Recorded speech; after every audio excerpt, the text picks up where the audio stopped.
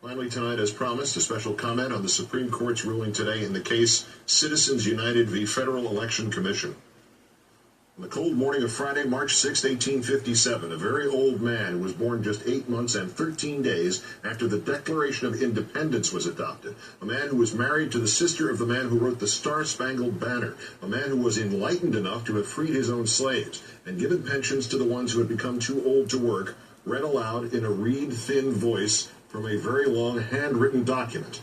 In it, he ruled on a legal case involving a slave brought by his owner to live in a free state, yet to remain a slave. The slave sought his freedom and sued, and looking back over legal precedent and the Constitution and the America in which it was created, this judge ruled that no black man could ever be considered an actual citizen of the United States.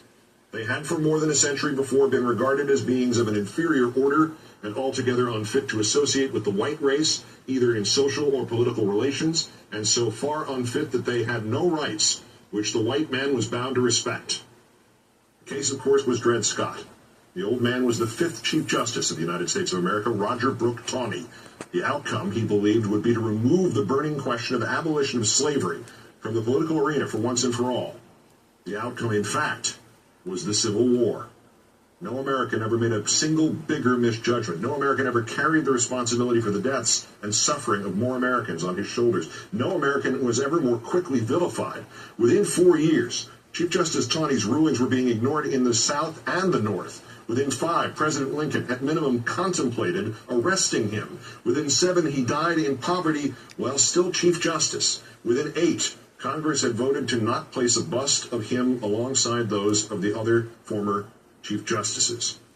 But good news tonight, Roger B. Taney is off the hook. Today, the Supreme Court of Chief Justice John Roberts, in a decision that might actually have more dire implications than Dred Scott v. Sanford, declared that because of the alchemy of its 19th century predecessors in deciding that corporations had all the rights of people, any restrictions on how these corporate beings spend their money on political advertising are unconstitutional. In short, the First Amendment, free speech for persons, which went into effect in 1791, applies to corporations, which were not recognized as the equivalents of persons until 1886.